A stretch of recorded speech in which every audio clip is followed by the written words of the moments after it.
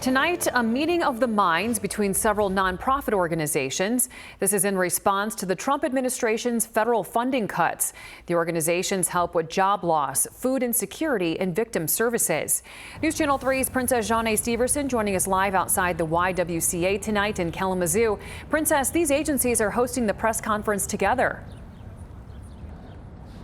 They are, Jess, and they did it to mark President Trump's 100 days in office. According to the YWCA, other local nonprofits and coalitions, they've seen a decrease in federal funds and an increase in job loss in the social sector. They say it all started after President Trump's inauguration day. What you're looking at is a string of CEOs, directors, and executive directors of 37 local nonprofit organizations and coalitions that help our endangered communities. Just a real turning upside down of what people can expect. They say federal policies and funding cuts in the last 3 months at the hands of the Trump administration has made the future of their services dangerously unpredictable. It has been a roller coaster. We are a federal program. We are responsible for writing federal grants that help support rights. Those services consist of food programs, health, family services, housing, education, a crisis hotline, economic and financial assistance, plus public safety.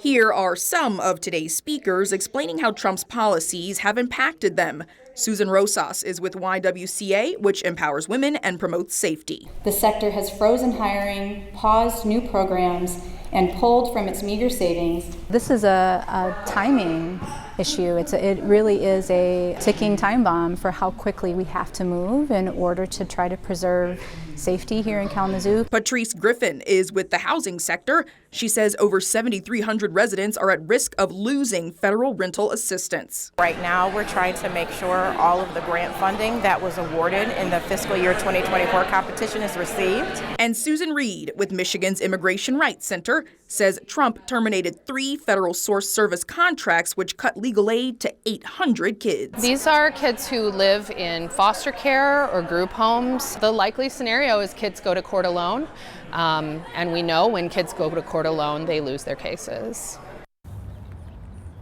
A lot of these nonprofits and coalitions say they're preparing for further downfall, which is why they've reached out to a lot of state lawmakers to see if they can help.